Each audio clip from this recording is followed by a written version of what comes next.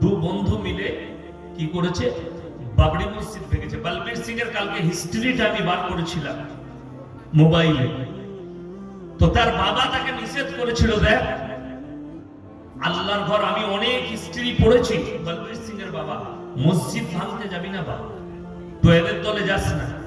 বলবীর সিং এর বাবা যে এরা খুব উগ্রপন্থী, এই দলে যাবি না, তোর পরে ক্ষতি হবে। কিন্তু বেটা তখন ডুবে গেছে কিসে, তাদের বিদ্বেষমূলক বয়ানে, বক্তব্যই ডুবে গেছে।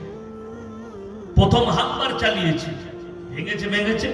তার একজন বন্ধুর নামটা আমি যদিও ভুলে যাচ্ছি, কালকে শুনলাম, পাশাপাশি বাড়ি, সে দুটো ইট এনেছে, বাবরি মসজিদের ইট, ভাঙা ইট, ভাঙার পরে যে ইট বেরোয় সেই ইট এনেছিল। তো এই বলবীর সিং জিজ্ঞেস করছে কিসের জন্য এনেছিস? বলে ইট গুলোতে প্রত্যেক দিন সকাল সন্ধ্যা একবার করে পেশাব করবো। জোরে বলুন নাউজুবিল্লাহ। দেখুন আল্লাহর কুদরত ছাড়া কিছুই হতে পারে না। এই ছেলেটা পেশাবও করতে লাগলো। তো বলবীর সিং এর বাবা বাবরি মসজিদ ভাঙার পরে বললে, বা তোকে আমি আর বাড়িতে ঢুকতে দেবো না। তার বাবা কিন্তু ঢুকতে দেয়নি, তোকে বাড়ি চলে যায়, তো অন্য কোথাও থাক। এই ছেলেটা বলবীর সিং বাইরে কোনো কানপুর ফানপুর কোন এলাকায় দিল্লিতে ছিল। তো এর কাছে খবর গেল যে তোর বাবা মারা গেছে। এর বাবা বলেছিল আমার আন্তিক সংস্কার করার জন্য আমার ছেলে যেন আমাকে আগুন না দেয়, এবং আমার অন্তিম সংস্কার আমার সন্তানের হাত দ্বারা আমাদের ধর্ম মোতাবেক যেন না হয়, আমাকে নিয়ে গিয়ে পুড়িয়ে দিল।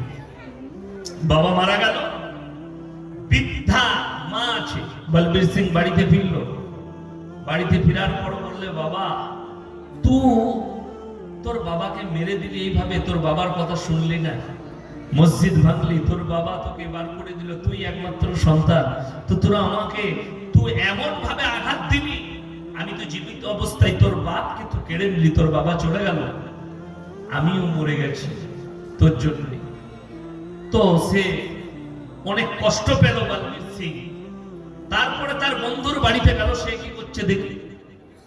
তো তার বাড়িতে যখন গেছে সে অবাক হয়ে গেছে, কি তখন সেই লোকটা ইসলাম কবুল করে ফেলেছে। যদি বলুন সুবহানাল্লাহ। তাকে দেখে অবাক, বলে তুমি কি সেই ব্যক্তি যে ইটের উপরে পেশাব করেছিলে? বলে আল্লাহর কসম করে বলছি, আমি যে কত বড় অন্যায় করেছি। আজকে আমি 4 মাস সফরে ছিলাম। কিসের সফরে? জামাতের সফরে ছিলাম। সফর করে ফিরলাম 1 সপ্তাহ হলো।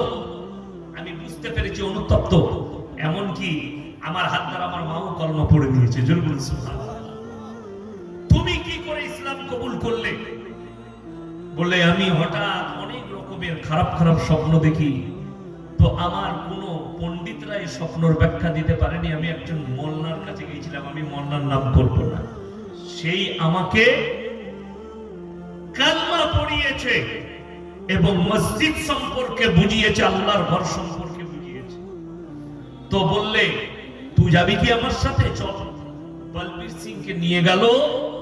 আল্লাহ বলবীর সিংকেও কবুল করে নিলেন। জোরে বলুন সুবহানাল্লাহ।